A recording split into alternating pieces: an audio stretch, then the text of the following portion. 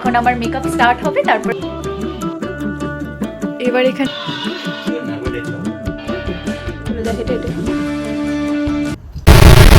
তাড়াহুড়ো করে বেরিয়ে চটপট আমি ধরে নিলাম টোটো। এখন আমি যাব টোটো ধরে স্টুডিওতে।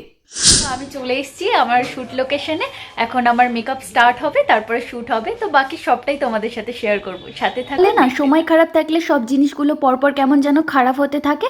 আজকের দিনটা ঠিক তাই ছিল আমার কাছে। সকালবেলা উঠলাম, উঠেই দেখলাম যে আমার ফোন চার্জ নেই, আর তখন মাত্র আমার ফোনে 32% চার্জ। এইদিকে তো মাথা কাজ করছে না, কারণ আজকে আমার শ্যুট, আমাকে পুরো ভিডিও করতে হবে। যাকে দিদির সাথে কথা বলে 1 ঘন্টা টাইম পিছিয়ে নিলাম। গেলাম ফোনের দোকানে, সেখানে আমার সম্পূর্ণ কাজটা হলো না, বরঞ্চ রাবার ব্যান্ড দিয়ে আমার ফোনটাকে বেঁধে দিল। এইভাবে আমাকে ইউজ করতে হলো সারাটা দিন। তো দেখো, এইদিকে কথা বলতে বলতে আমার কিন্তু বেস মেকআপটা হয়ে গেছে, এখন আই মেকআপটা হচ্ছে। শ্যুটটা ছিল আমার মালদায় অদিতিদির কাছে। অদিতিদিকে তোমরা চিনতে পারছো কিনা জানি না। অদিতিদির সাথে কিন্তু এর আগে আমি দুর্গা শ্যুটটা করেছি, আরও অনেক শ্যুটই করেছি। যাকে এই হচ্ছে আমার আই মেকআপ করার পর লুক।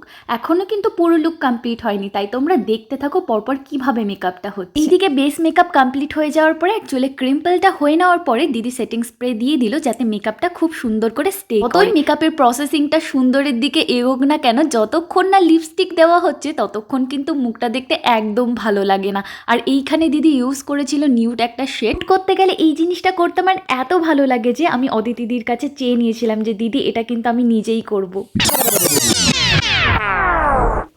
এবার এখানে চলছে ব্লগ, কারণ অদিতি দিয়েরও একটা ইউটিউব চ্যানেল আছে, আর খুব সুন্দর সুন্দর ভিডিও আছে। যেহেতু আমাদের শ্যুটটা টানা 4-5 ঘন্টা বা 6 ঘন্টা ধরে হয়, তো আমাদের শ্যুটের মাঝখানে টিফিন তো আমাদেরকে করতেই হয়। কিন্তু আমি তোমাদের সাথে আগে কোনোদিনও শেয়ার করিনি, আজকে দিদির যেহেতু নিজস্ব চ্যানেল রয়েছে, তাই দিদি নিজের চ্যানেলের জন্যও কিন্তু ব্লগিং শ্যুট করছিল। খাওয়া দাওয়া শেষ করেই দিদি বসলো চুল নিয়ে। চুলটা এত সুন্দর করে করেছিল না, বড্ড ভালো লেগেছিল। বিশ্বাস করো, একদম নতুনত্ব একটা হেয়ার স্টাইল, যেটাতে দিদি 2টো লেয়ার করেছিল। আর পেছনে যে ফুলটা দেখতে পাচ্ছ সেটা কিন্তু একদম রিয়েল। তো এটা কিন্তু একটা বেঙ্গলি ব্রাইডের জন্য প্রপার সুন্দর একটা হেয়ার স্টাইল। আমার স্বাস্থ্য তোমরা দেখলে, গয়নাগাটিও পরে নিয়েছি, কিন্তু যেটা না পরলে একদম বাঙালি বধূ মনে হয় না, সেটা হচ্ছে গিয়ে ওড়না। এবার আমি ওড়নাটা পরে প্রপার একটা বাঙালি বধূ বা বেঙ্গলি ব্রাইড সাজবো।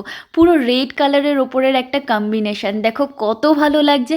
আর সত্যি কথা বলতে নিজে সেজেও না ভীষণ রকম স্যাটিসফাইড। অদিতিদির হাতের কাজ ভীষণ সুন্দর আর বড্ড ভালো। ইতিমধ্যে তোমরা কি একটা জিনিস নোটিস করলে যে আমার হাতে আমার ফোনটা নেই? হ্যাঁ, আমার ফোনের চার্জ প্রায় শেষ, মাত্র 2% ছিল।